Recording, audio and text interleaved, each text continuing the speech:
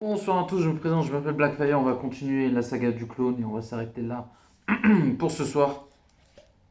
En plus, on s'était arrêté à un tournant où on voyait Spider-Man qui ralliait le chacal parce qu'il avait une crise d'identité, parce que le chacal l'a manipulé.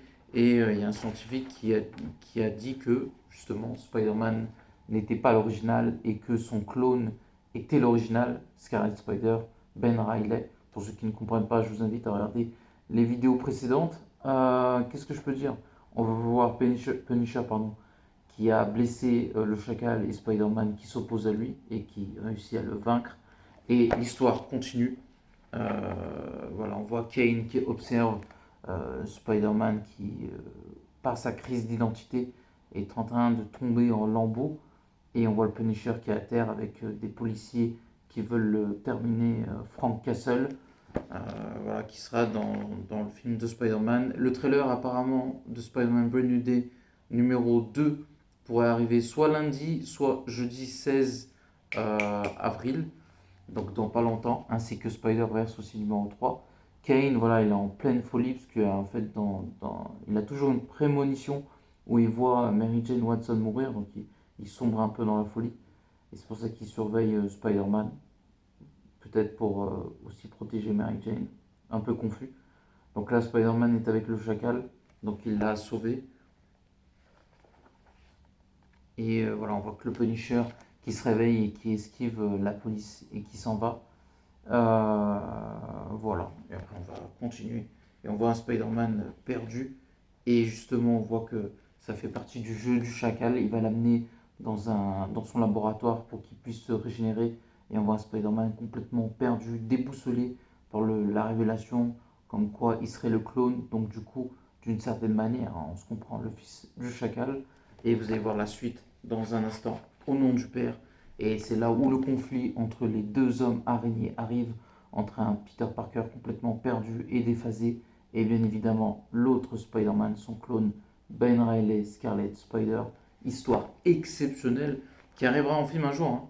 Ça arrivera. Et j'espère que Sony sera à la hauteur, parce que cet arc, faut vraiment pas le rater. Donc on voit Scarlet Spider qui essaie de consoler Peter Parker, Spider-Man, et on voit un Spider-Man qui a la haine contre lui en disant voilà, à cause de toi j'ai tout perdu, ma vie, ma femme, mon enfant, même si Mary Jane est toujours enceinte, lui il est complètement perdu et déboussolé. Et on peut dire qu'à l'époque ils avaient une sacrée paire de coronets pour faire ça, parce que c'est super bien écrit, en tout cas cette partie-là. Et on voit que Spider-Man met une bonne raclée à Scarlet Spider, et il est fou de rage, en colère, déboussolé, perdu. Et c'est ça qui est très intense dans ce récit, c'est que on voit un Spider-Man totalement en perdition et on va voir un autre personnage qui va revenir, qui est autre que Spider-Seed, qui est le personnage, franchement, je ne vais pas vous mentir, le plus raté de l'histoire de la saga du clone, même peut-être de l'univers de Spider-Man, ça peut se discuter. Mais voilà, il s'attaque à Scarlet Spider, mais voilà, il y a un combat entre les deux, et sachant que Kane va arriver, qui est en colère contre le chacal. Faut pas oublier que Kane, c'est un clone, c'est le premier clone de Spider-Man, mais ça a été une expérience qui a été ratée, malheureusement pour lui. Ce qui voilà, le rend triste et complètement déprimé aussi, et qui veut prendre justement soin de Peter Parker, parce que c'est un peu ce que lui aurait pu être en fait. Et du coup, euh, il l'admire, il a du respect pour lui. Là où, au contraire, il déteste Scarlet Spider, parce que l'impression qu'il a pris sa place. Donc voilà, il est en colère contre le chacal. Du coup, Scarlet Spider a réussi à défaire Spider-Side. Et voilà, ça va continuer un petit peu. C'est là où on va commencer. C'est là où Spider-Man va commencer à se perdre. Même s'il y a ce moment intéressant où il dit bah voilà, on est euh, tous de la même famille en gros, entre les différents clones et le créateur, sachant qu'il y a un Spider-Man qui est original, qui est logiquement Peter Parker. Et après, on a le reste. J'ai du mal à voir, excusez-moi, c'est un peu inversé pour moi. Scarlet Spider, Kane, normalement qui est pas très loin, qui est là-bas, pardon, et Spider-Man, ainsi que Peter Parker, Spider-Man. Et voilà, on va continuer. En fait, j'aime l'idée que Spider-Man soit perdu, et on voit Scarlet Spider qui s'en prend au chacal, et Spider-Man, Peter Parker pour le coup, va l'arrêter, et Kane qui va s'en prendre aussi à Scarlet Spider, qui va l'assommer, et qui va le jeter quelque part. On voit qu'il y a Skrier qui va arriver aussi.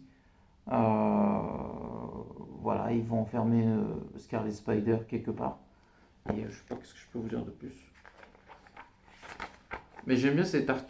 Voilà, ça commence à partir un peu en cacahuète, mais ça tient encore un peu. On va dire ça comme ça. Et du coup, on voit voilà, chacun avoir des regrets par rapport à ce qu'a fait le chacal, sauf Spider-Man qui est totalement perdu par rapport à la situation qui commence à être complètement dépassée. Et Scarlet Spider, à l'inverse, qui est plutôt lucide. Et voilà, ils vont jeter Scarlet Spider dans une sorte de prison. Et il va affronter d'autres clones de lui. Et voilà, on va arriver à l'alpha et l'oméga du maximum clonage. Ils vont pousser le truc à l'extrême. Et justement, c'est là où ça va commencer à partir en cacahuète. C'est dommage parce que l'image là elle est très réussie. Mais c'est après, ça va partir en live total. Ça va être n'importe quoi. Et Scarlet Spider va essayer de rétablir les choses et il va essayer de solliciter l'aide de Peter Parker. Ça tient encore un peu la route. Voilà, il y a des moments où ça va partir en cacahuète total, mais jusqu'ici, vu que c'est des bons scénaristes, ça tient encore la route et après ça va partir en cacahuète dans pas très longtemps. D'ailleurs, ça s'appelle le vert et l'oméga. Et ce qui est intéressant, c'est quand Kane va voir Mary Jane et qu'il lui explique tout ce qui s'est passé. Voilà, que c'est un clone de Spider-Man pour la prémonition, ce qu'il essaie de la protéger. Et en fait, il demande de l'aide à Mary Jane parce qu'il se dit euh, c'est la seule qui puisse sauver Peter Parker.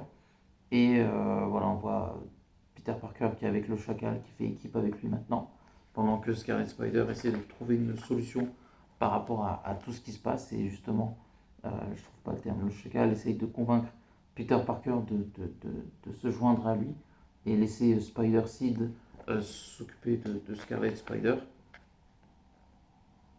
Et du coup, voilà, on voit Scarlet Spider qui affronte tous les clones de Spider-Man.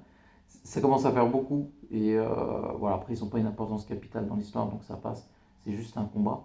Et on voit Kane qui parle à Mary Jane, qui lui dit toute la vérité. Et c'est très intéressant. Il y a du tragique, il y a de l'émotion. Et c'est hyper intéressant. Et voilà, il raconte tout avec le professeur Miles Warren, qu'est-ce qu'il lui a fait à lui, à Scarlet Spider, son plan, son but et tout ça, pour pouvoir rectifier ou changer les choses. Il voit ce qu'il a fait à Gwen Stacy, on voit que Kane pète un peu les plombs, même s'il va bien évidemment rien faire à Mary Jane, mais voilà, en racontant tout ce qu'il a raconté sur le plan du chacal, il perd un peu ses nerfs. Et voilà, il veut tout faire pour empêcher ce qui s'est passé. Et on voit que Gwen Stacy, la clone, va parler à Spider-Man, Peter Parker, pour essayer de le raisonner, de le ramener à un état normal, on va dire ça comme ça. Donc c'est plutôt bien écrit. C'est après que ça risque d'être assez compliqué. Voilà, donc Kane décide de faire ce qui lui semble juste et Mary Jane a réussi à le convaincre de prendre les bonnes décisions. Gwen Stacy essaie de faire en sorte que Spider-Man, lui aussi, Peter Parker, reprenne le dessus sur lui-même. Scarlet Spider, lui, se bat voilà, contre tous les clones et Kane va donner un coup de main à Scarlet Spider, ce qui va le surprendre parce que Scarlet Spider, on parlera de leur relation un peu plus tard, mais c'est pas le grand amour entre les deux et on va pas tarder à arrêter parce qu'on a pas mal avancé. Et d'ailleurs, j'aime bien là parce que c'est tellement rare de voir un Scarlet Spider avec Kane que c'est assez réussi. Et voilà, le titre s'appelle La mort de Kane. On va voir voilà, Scarlet Spider aider de Kane affronter les différents clones de Spider-Man. Et normalement, euh, c'est assez complexe, mais on pourrait dire que Kane pourrait mourir dans cette histoire. On voit Peter et Gwen Stacy ensemble, bien évidemment le clone. On voit Mary Jane qui essaie de trouver une solution pour sauver Spider-Man. Attendez, il y a qui avec lui? Ouais, Spider-Side qui a capturé quelqu'un, je sais pas c'est qui.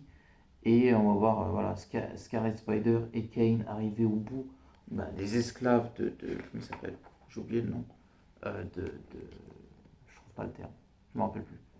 À aider avec de Kane, on va voir MJ qui revoit justement Gwen Stacy, même si c'est un clone. Et comme je l'ai dit, on va pas tarder à s'arrêter sur cette histoire-là. Donc voilà, on voit toujours Scarlet et Kane c'est se débarrasser des clones, il y a le chacal pas loin, et comment s'arrêter sur une bonne chose On va avancer un petit peu. On va voir voilà, Kane affronter Spider-Side. C'est vraiment le méchant le plus raté. Et c'est là où ça commence à partir en cacahuète. Donc les clones sont en train de se désagréger. J'essaie de m'arrêter sur un bon truc, j'ai pas envie de m'arrêter sur un truc un peu pourri. Vous-même, vous comprenez ce que je veux dire par là. Et on va s'arrêter sur ça. On voit Spider-Side tuer Kane. Je sais pas s'il meurt exactement là, il me semble pas, il me semble qu'il revient. Mais à ce moment-là, en tout cas, il est mort.